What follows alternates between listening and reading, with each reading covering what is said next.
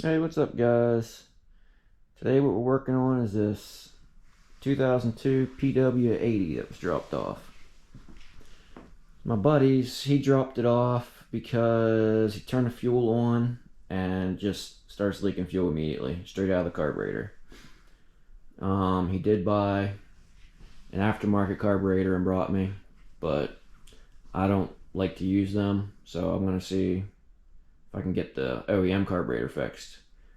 And then he told me he was gonna sell it after he got it running because he don't have any boys anymore that will fit it. They're all grown and outgrown this.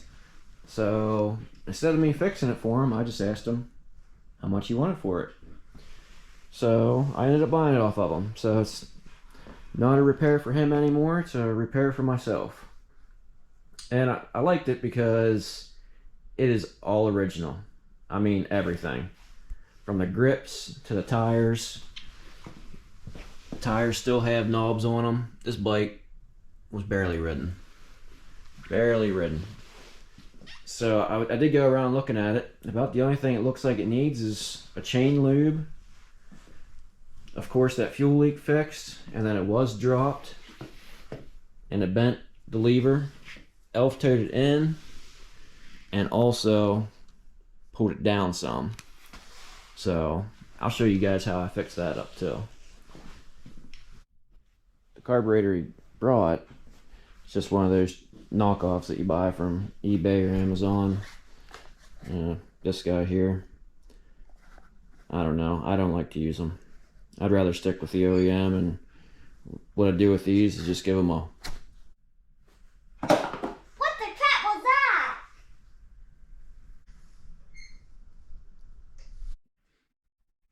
First off, we'll try to get this brake lever bent up out of the way. And what I did is I just took some Sharpie and wrote on here where that bend is, because that's where it's going down.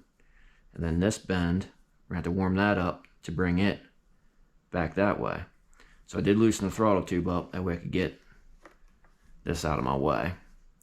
And you have to warm it up, because if you go and try to bend aluminum levers without warming them up, they usually just break. Unless it's a real small bend, you can usually get away with it. But if you warm them up, they'll just go right back into place. So I have a propane torch here, and just an old jack handle. You can use a pair of pliers, whatever you have. I usually use a jack handle, that way it doesn't mar up the lever anywhere. So yeah, right now we're just going to warm it up until the Sharpie mark simply disappears, and then we can bend.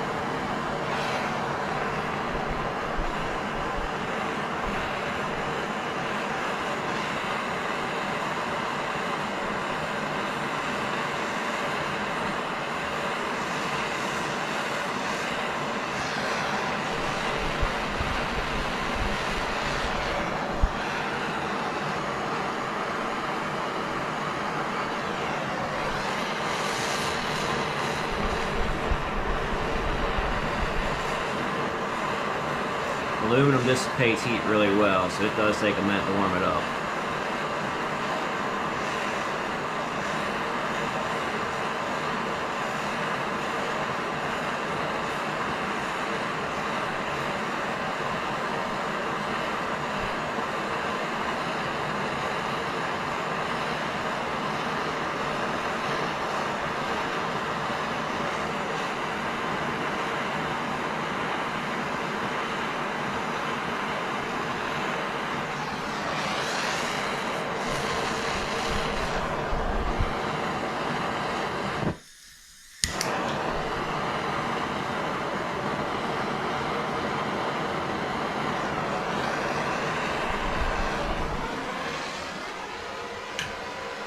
It's starting to disappear on me.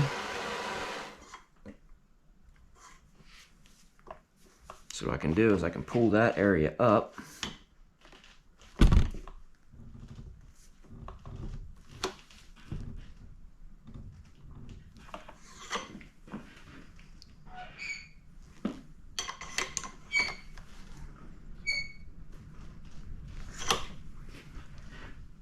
Alright, that looks better.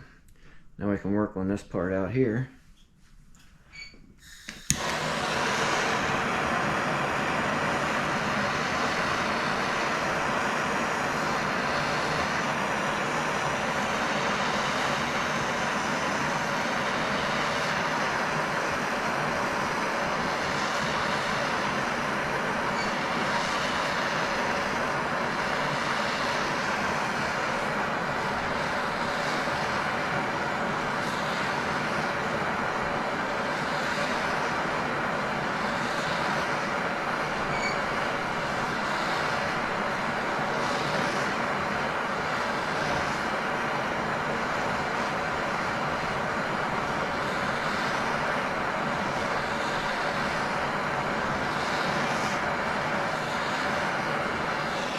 Alright, that Sharpie mark starting to disappear on me, so I know it's hot enough to be able to start bending this area back.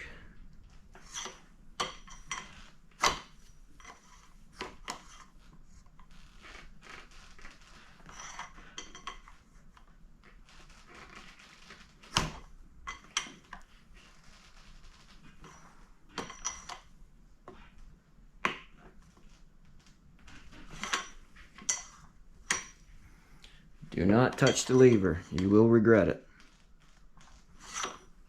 I promise. There, it looks like it has a nice shape to it now. Yep. Beautiful. After your lever's cooled down, you can just take some brake cleaner, carburetor cleaner, finish cleaning off the Sharpie that's left behind. Just get a paper towel or an old rag or something. Give it a wipe, it'll all come off.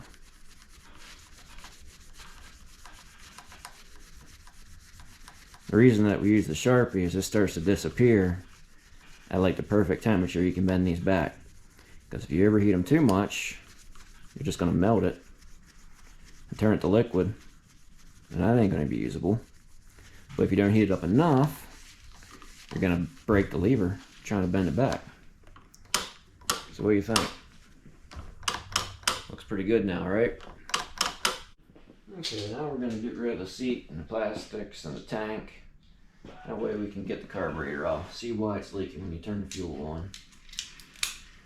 Could be a couple reasons.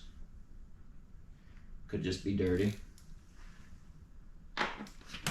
Float could be bad. Rod adjustment. The needle or the seat, or both, could be wore out.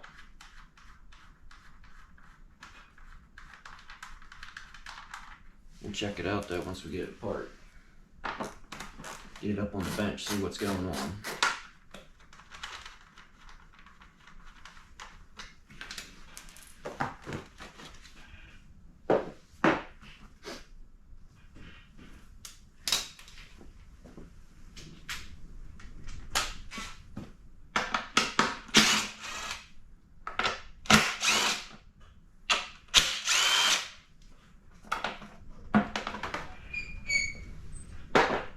You do have enough room to get the carburetor out, probably without taking the tank off, but I mean, it comes off quick.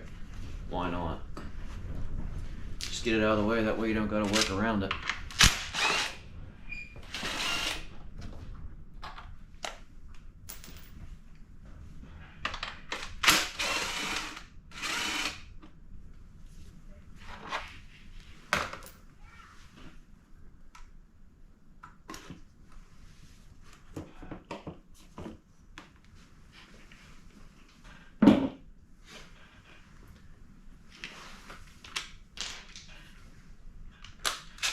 Pull the carb or the air filter off the front.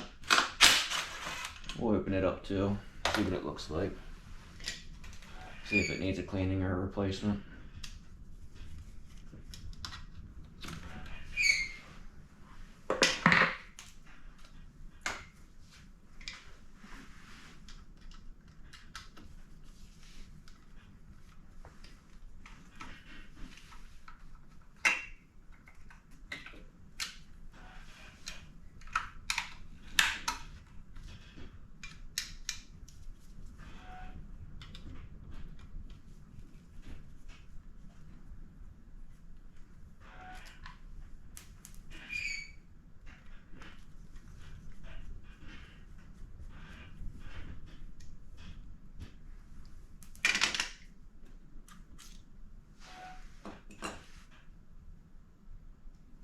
The needle's not dirty.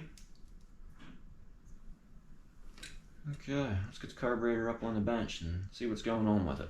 Okay, let's get this guy tore apart.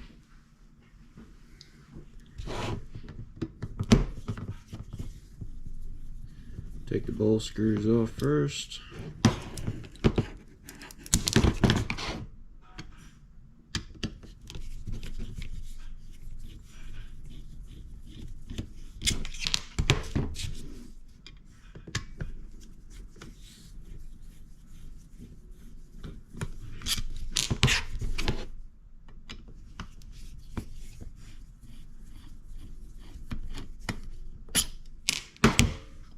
And what do we got? Voila! That's not bad. The slightest bit of tarnish. Not new, of course, but it doesn't look terrible. I already had the carburetor drained before I started taking it apart. That's why there's nothing coming out of it. Pull the pin out. Let's see what this needle and seat looks like.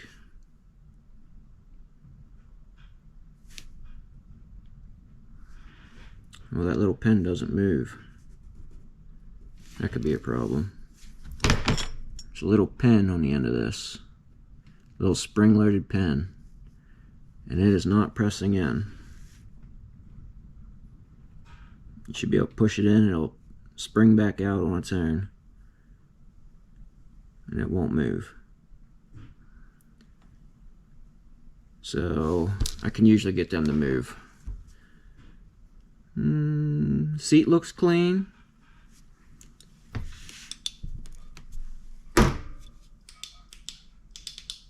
Well, if a flashlight would work. There we go.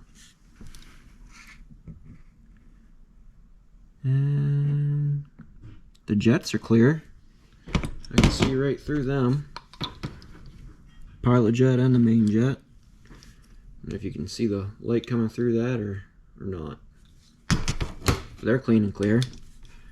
And I bet you it's this guy here, the reason that's not pressing in is why he might have the fuel running out of it. Because that'll throw the whole float level off and everything. But we'll check the float level too. I do have a manual. The manual says 20.8 millimeter to 22.8 millimeter. And that's from the carburetor base, not including the gasket. So the gasket needs to be removed, and you measure from the base up to the top of the float.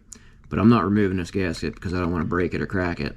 The gasket, I will measure it, but it looks to be about 1 millimeter. So I'll just take into account an extra millimeter for the gasket. But this guy here, let's see if we can get that guy freed up. Take some penetrating oil. Put in a little cup. Let them sit in there and soak a bit. And then what I'll do is I'll take my heat gun and heat him up. And then sometimes you can watch the old fuel or corrosion or whatever might be stopping it up. You'll see it ooze out. Now if it starts smoking, yeah, but we'll see if we can get it to move again.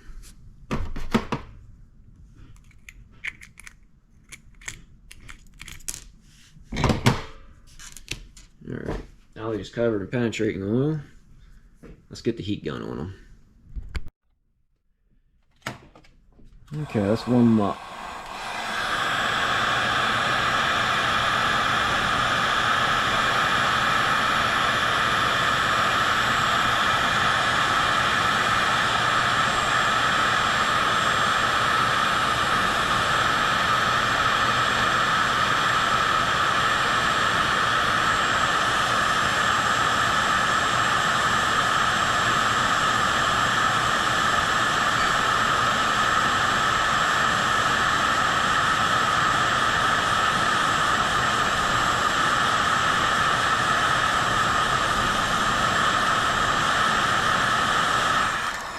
Okay, there it's starting to smoke a little bit. We'll grab onto it with some pliers and see if we can move that pin now. Yep. Moves easy now.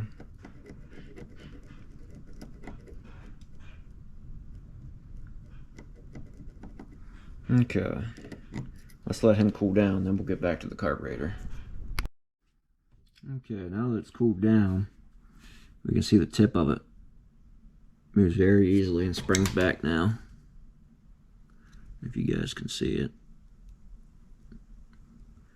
But every time I push it, I am getting some bubbles of penetrating oil, so I know some did get down in there to help clean out everything. So since the carburetor isn't too terribly dirty, just a wee little bit. Since it didn't have any running issues, supposedly. Let's just put it back together.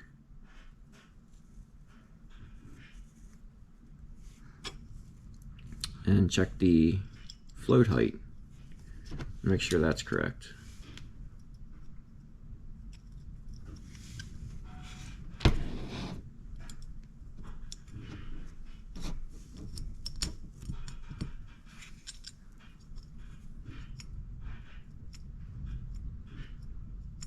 And just by looking at it, looks right. Let's measure it though. We'll set it at 21 millimeter. And we have a 1 millimeter gasket, so that means we'll be setting the float at 22 millimeter. And that is within 20.8 to 22.8 that it needs to be. And yeah, it's perfect, right at 22. So I bet it was just that pin that was seized up. You can see how I push it down, it springs back up now. It wouldn't have done that before. That pin was completely seized and wouldn't move. I bet it won't leak anymore. I don't see any other issues with it. All the jets and everything are clean. Let's put it back together. Then we'll reinstall it on the bike. And we'll take the bike out in the snow and see if it'll start and make sure it doesn't leak.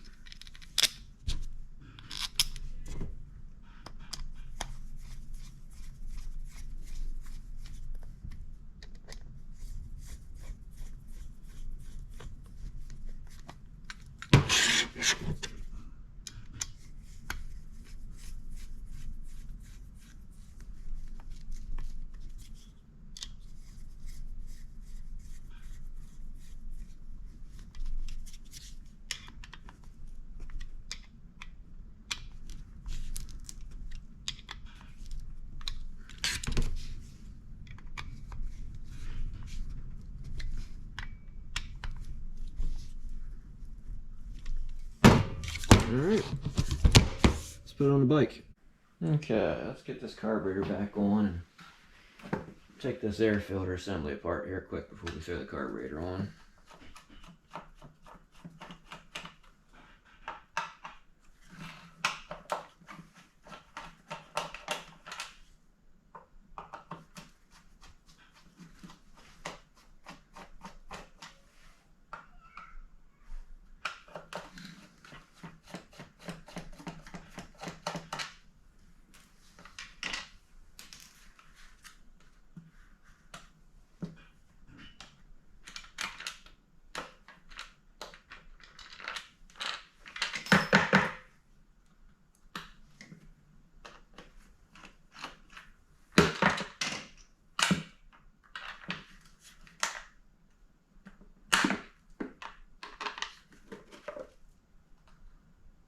There is nothing left of the air filter.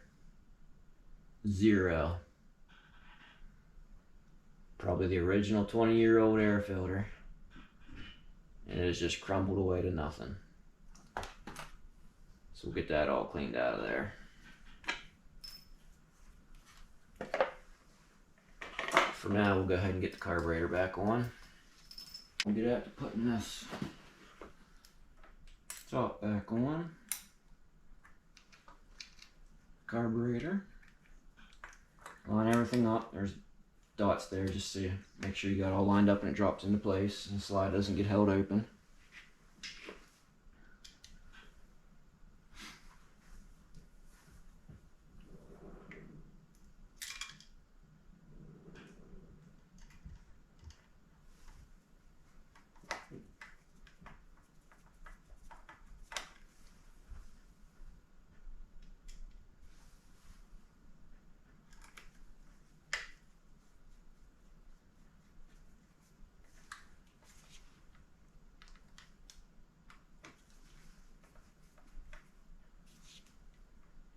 Okay, they're tight. Slide him back on.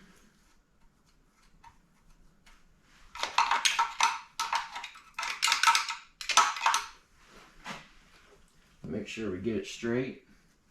There's a line on the manifold that you need to line up with the carburetor.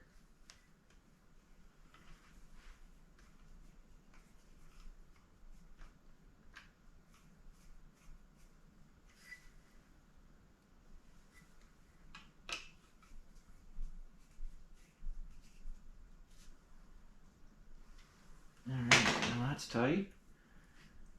Okay, now I think we can drop our tank and plastics back. Well, we do have the air filter that is crumbled to pieces, so we'll have to order one of them. But what we'll do is we'll just put the tank on for now, and we'll take it out and start it up. Make sure it doesn't leak, and then just make sure it runs right.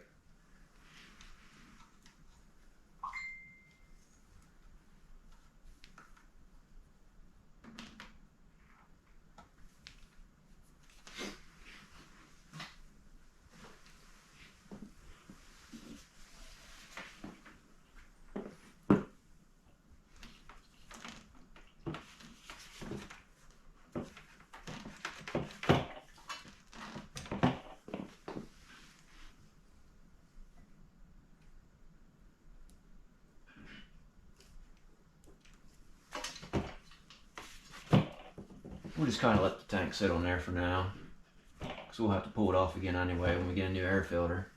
But at least we'll be able to turn the fuel on and make sure it runs and doesn't leak fuel out of here, out of the drain. Alright, let's take it outside. Alright, let's turn the fuel on, see if it leaks out.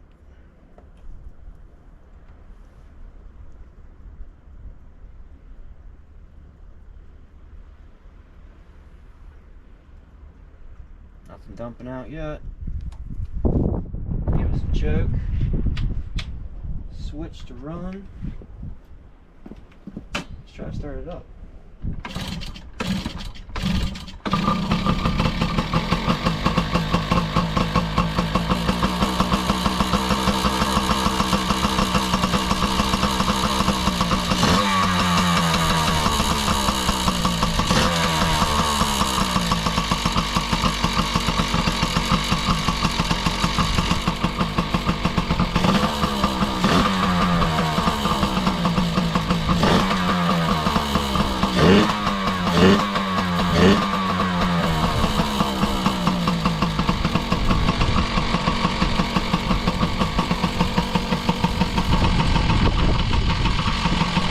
Good, even without the air filter on.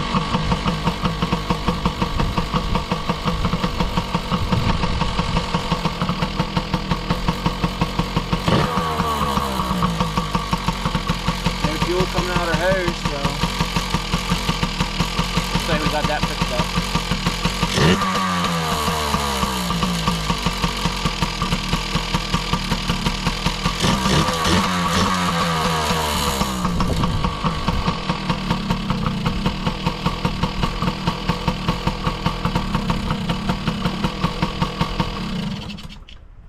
It idled pretty good for not having an air filter on. Sometimes when you don't have an air filter on a machine, there's not enough resistance there and they don't like to idle.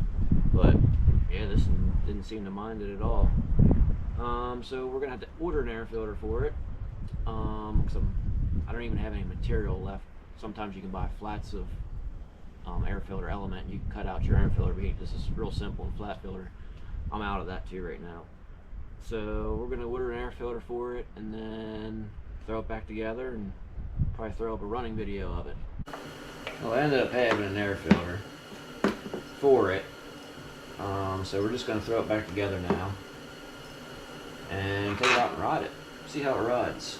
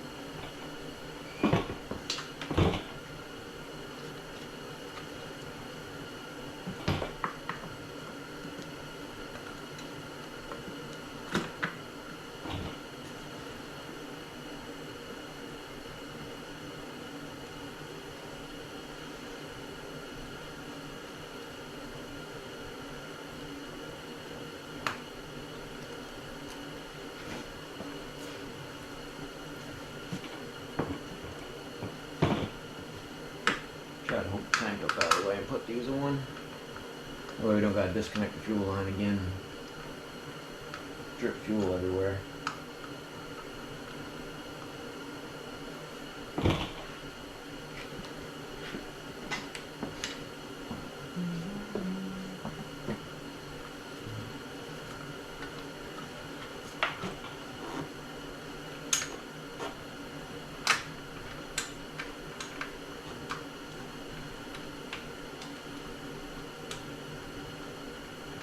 This will make some kid a real good bike though.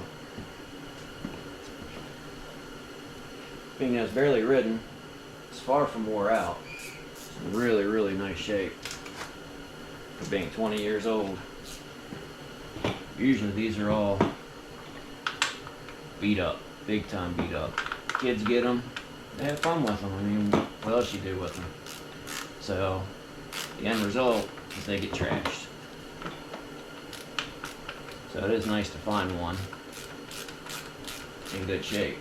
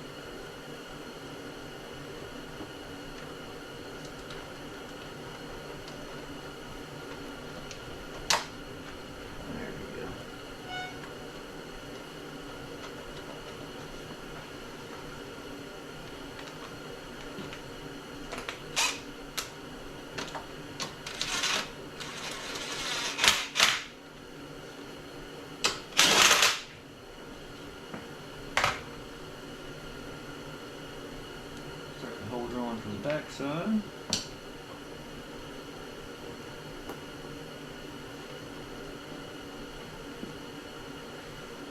Okay, I'll get drop the rear plastics on.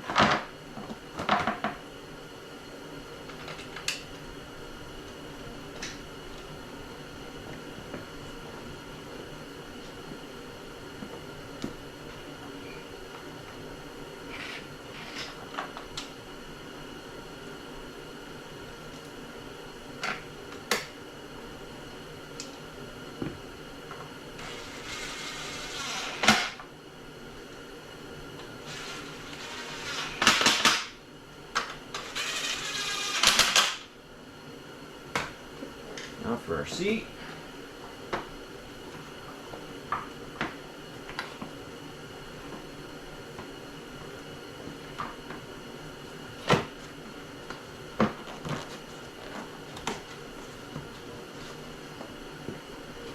Nuts for him.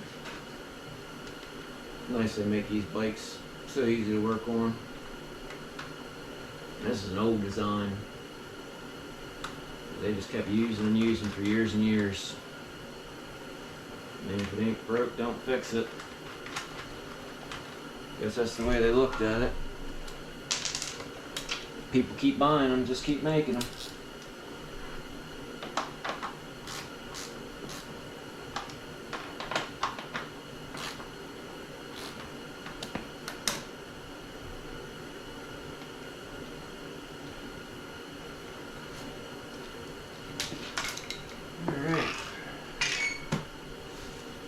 Well, it's pretty much buttoned up. Now I think we can take it out and give it a test ride. Want to come along? I already had some fun without you riding in the snow. You can come along with this time.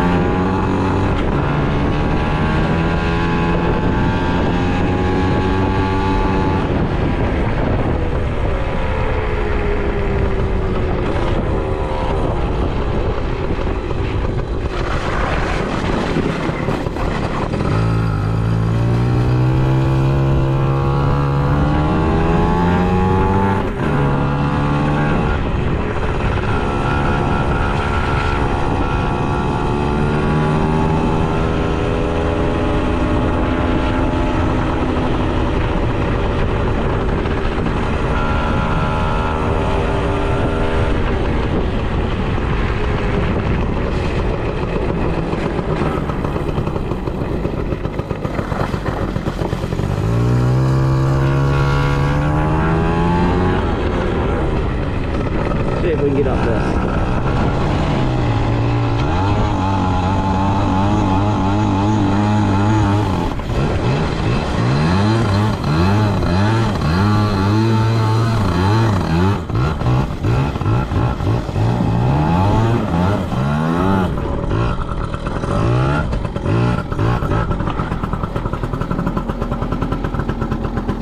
I'd say she does pretty good. Later, guys.